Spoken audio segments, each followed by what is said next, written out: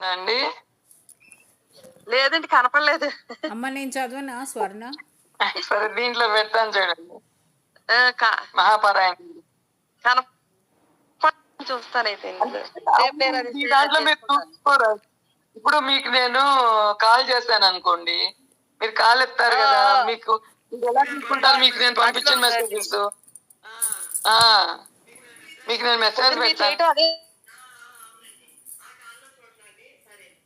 నేను చదవనా అమ్మ? వజ్ర కవచం స్వర్ణ నేను చదవాలమ్మా వజ్ర కవచం.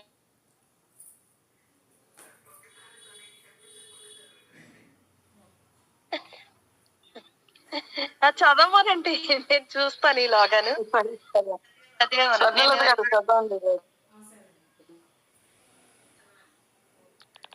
చేస్తున్నాను, ఒకసారి కాల్ ఎత్తండి. సరే అండి.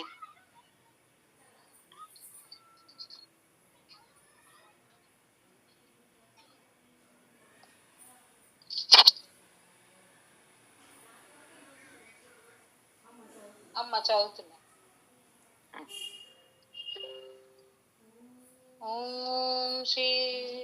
ఓం శ్రీ దత్తాత్రేయాయ నమః. దత్తాత్రేయ వజ్ర కవచం. ఓం దత్తాత్రేయాయ శిరః పాత్సను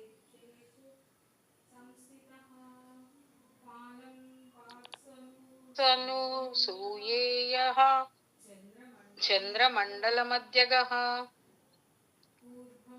ఊర్ధ్వం మనోమయః పాతు హంసం ద్విదశా పద్మభూః జ్యోతిరూపోక్షిణీ పాతు పాతు శబ్దాత్మకః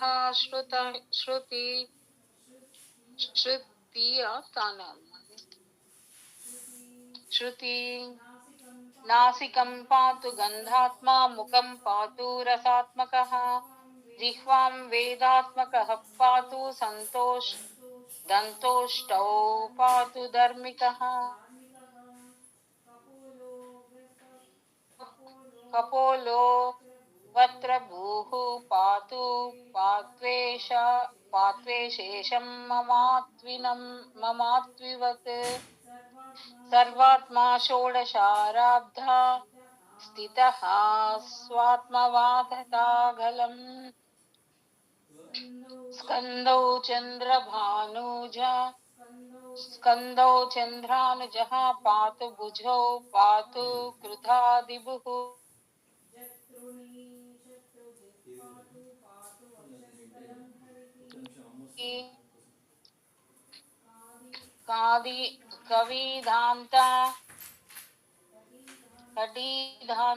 కదితాంత ద్వాదశార పద్మగో మరుదాత్మకః యోగేశ్వరేశ్వర పాతు హృదయస్థితః పార్శ్వే హరిః పార్శ్వవర్తి పాతు పార్శ్వస్థితః స్మృతః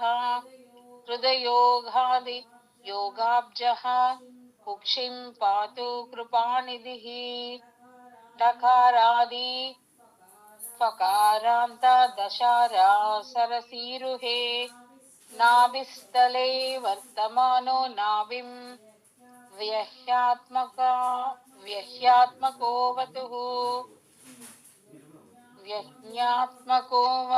వతుః వహ్ని తత్వాయో మయో యోగి రక్షతాన్ మణిపూరకం కటిం కటిస్థ బ్రహ్మాండ వాసుదేవాత్మకో వతుః వకారోధాలకారాంతో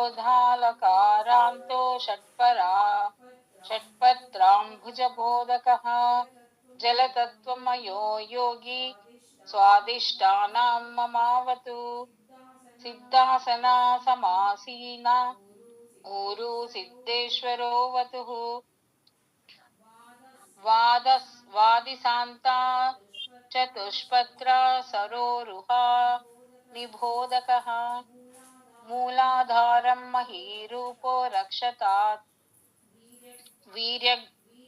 వీర్యలగ్రహీ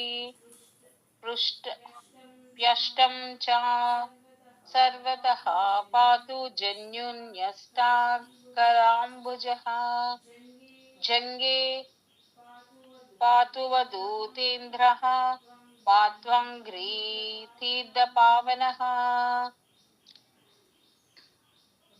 ఒక్క నిమిషం పోయింది.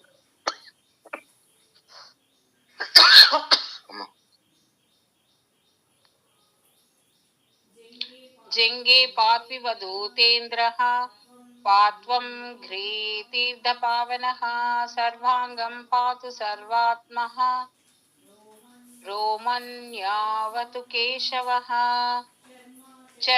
चर्माम्बरः पातु रक्तं भक्तिप्रियोऽवतु मांसं मांसकरः पातु मङ्गात्मकोऽवतु अस्तिनी स्थिरधिः पायान् मेधां वेदा प्रपालयात् शुक्रं शुककरः पातु चित्तं पातु दृढाकृतिः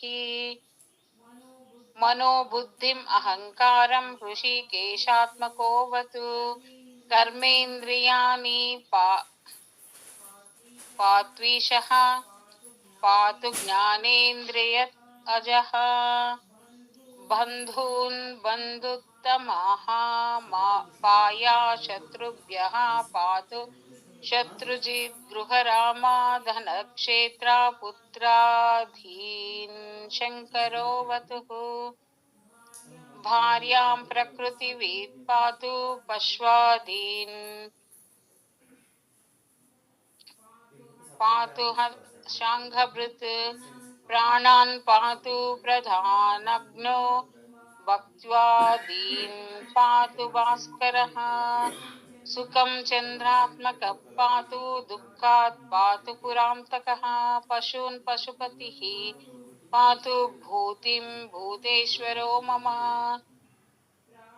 प्राच्यां विषहरः पातु पात्वाग्नेयां मकात्मकः याम्यं धर्मात्मकः पातु नैऋत्यां सर्वनैलकृत् वराहः पातु वारुण्यां वायव्यां प्राणधोवतु कौबेर्यां धनदः पातु पात्वै शन्यां महागुरुः ऊर्ध्वं पातु महासिद्धिः पात्वादस्ताज्जटाधरः रक्षाहीनं तु यत्स्थानं रक्षत्यादि మునీశ్వరః. జై శ్రీరామ్. కొన్ని మిస్టేక్స్ వచ్చినాయమ్మా, ఫస్ట్ టైం చదివాను. జై శ్రీరామ్. ఏమండి పర్వాలేదండి, ఫస్ట్ మనకు అందరికి తప్పులు పోతాయి.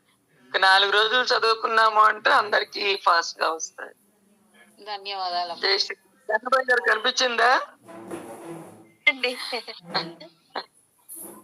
Okay okay. జై శ్రీరామ్. జై శ్రీరామ్ అండి. స్వస్తి శ్లోకాలు చెప్తాను ఫస్ట్, తర్వాత కొంతమంది పాటలు పాడండి. శ్రీరామ జయ రామ జయ జయ రాజేశ్వర్ గారు ఉన్నారా? రాజేశ్వర్ అండి లేదండి, కనపడలేదు. అమ్మ నేను చదవనా స్వర్ణ? సరే దీంట్లో పెడతాను చూడండి.